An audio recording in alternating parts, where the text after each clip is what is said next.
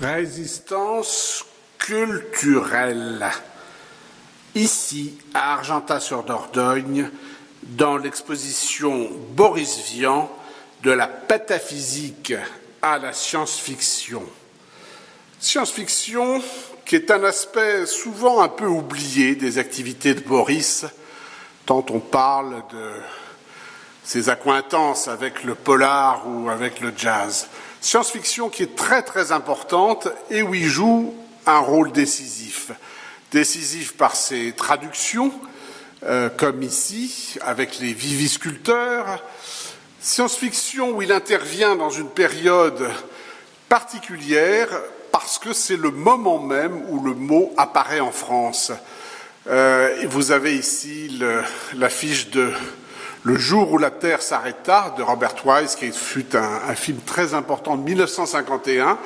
Et on va voir combien cette période de 1951 est une vraie charnière dans l'histoire de la science-fiction en France.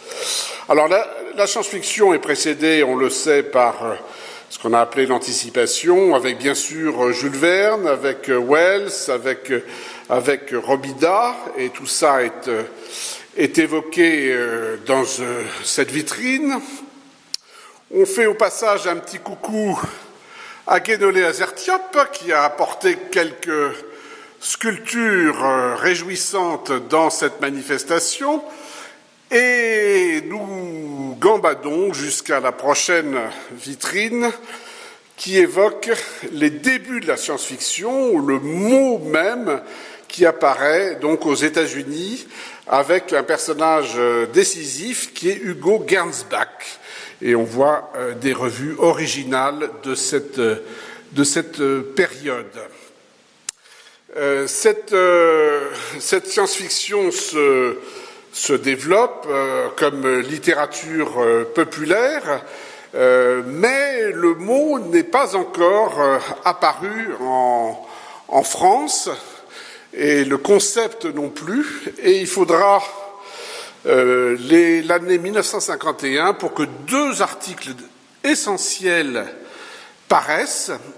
Un de Raymond Queneau, Un nouveau genre littéraire, les science-fiction dans Critique, qui paraît en mars 51, et puis évidemment Boris Vian,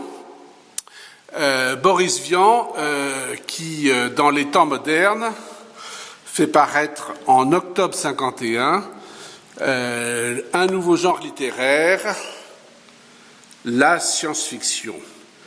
Donc c'est à ce moment-là que ce mot vient dans la langue française et qu'ensuite il se popularise avec beaucoup de publications différentes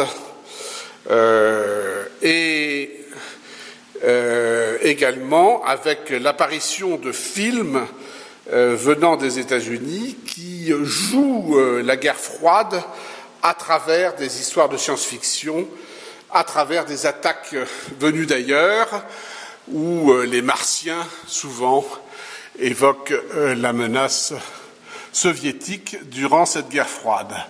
1953, c'est l'ouverture de la première librairie de science-fiction, qui est la librairie La Balance, et on a cette photo très sympathique et célèbre de Boris Vian lors de l'ouverture de la librairie avec le robot de cette librairie, La Balance.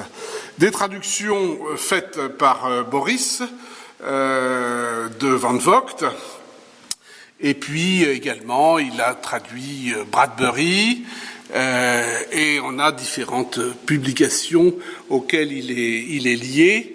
Et puis ici, cette édition originale de Art Spectacle, où on voit le robot de la librairie La Balance en décembre 53, lors de son ouverture. Voilà un aspect qui est moins connu de Boris, mais évidemment qu'on tenait à mettre en valeur dans cette manifestation.